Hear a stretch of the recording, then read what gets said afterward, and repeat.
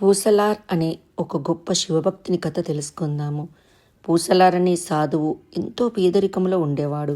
కానీ ఈయన శివునికి ఒక అద్భుతమైన గుడి కట్టాలని కోరుకునేవాడు. ఈయన ప్రతిరోజు తన మనసులో ఒక్కొక్క ఇటుక పేరుస్తూ ఈ ఆలయ నిర్మాణం కొనసాగించాడు. ఇది ఒక అంతర్ముఖమైన చర్య. కొన్నాళ్ల తర్వాత ఆ ప్రదేశంలోని రాజు కూడా అక్కడ ఒక పెద్ద శివాలయం కట్టాలని సంకల్పించాడు. ఏ రోజైతే రాజు ఆ శివాలయానికి ప్రారంభోత్సవం చేయాలని అనుకున్నాడో ఆ క్రితం రోజున శివుడు రాజుకి కలలో కనబడి, నేను రేపు నీ ఆలయానికి రాలేను, ఎందుకంటే పూసలారు కూడా ఒక ఆలయం కట్టుకున్నాడు ఇదే ప్రాంతంలో, నేను ఆ ఆలయానికి వెళ్ళాలి, అతను కూడా రేపే దానిని ఆవిష్కరిస్తున్నాడు అని చెప్పాడు. ఆ రాజు, నీ ఆలయం ఏది అని పూసలార్ను బెదిరించాడు. నేను కట్టుకున్న ఆలయం నా హృదయంలోని అని పూసలార్ దానికి సమాధానం చెప్పాడు.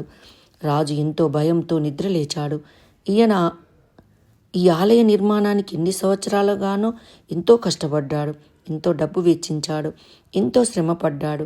కానీ శివుడు ఇప్పుడు మరో ఆలయానికి వెళ్తానని చెప్తున్నాడు. అదే నగరములో అని ఆలయం పూసలార్ కట్టిందని చెప్తున్నాడు. ఎవరి పూసలార్?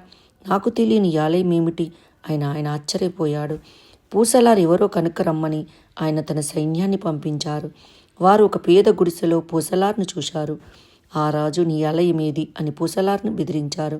నేను కట్టుకున్న ఆలయం నా హృదయంలోని అని పూసలార్ దానికి సమాధానం చెప్పాడు. దక్షిణ భారతదేశంలోని ఈ కథ మనకు ఒక విశిష్టమైన సత్యాన్ని చెప్తుంది.